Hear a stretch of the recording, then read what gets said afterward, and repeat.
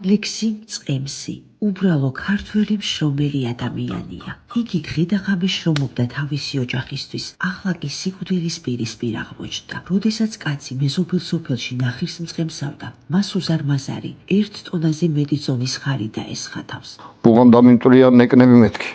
ლავიწი ზოლი ქონა გატეხილი. ორი ფილტვები და სიც ვარ წევდი. რამე დამაინვალი და მეთქი. ვეღარ დავდიო რაფერი. სანამ სხვა ბავშვები თამაშობენ, გიო შეშას ჩეხავს, ძიმე წყლის ბალონებს ეზიდება და მამას ეხმარება, როგორც შეუძლია.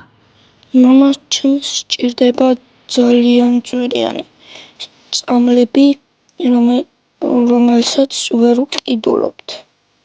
იმიტომ რომ ფული არ გვაქვს. მე შეიძლება ეხლა უცბად გადამეკეტოს სასუნთქი გზები და ეგრევე ჩამეკეტოს და ჩემო მხედი არავინ არ იქნება. სახლში კეთრები სოკოთი და უბნითაა დაფარული, რაც სასიკვდილო საშიშია ალექსისთვის, რომელსაც ფილტვები აქვს დასიანებული.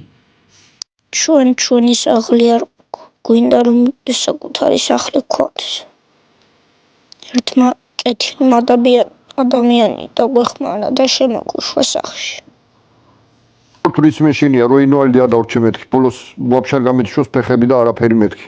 დღე უკან მივდივარ მეთქი. რო ვაფშე არ ვიღა შეძლო ბორდიშე გაშოკიც რო ტალეჩი რო გავიდე მეთქი მის მეშინია მეთქი. ჩემშულის ხელი სათრავი რო არ გავხდე მეთქი. გადარიცხეთ ნებისმიერი თანხა ჩერნოვეცკის ფონდის ოფიციალური საიტის მეშვეობით.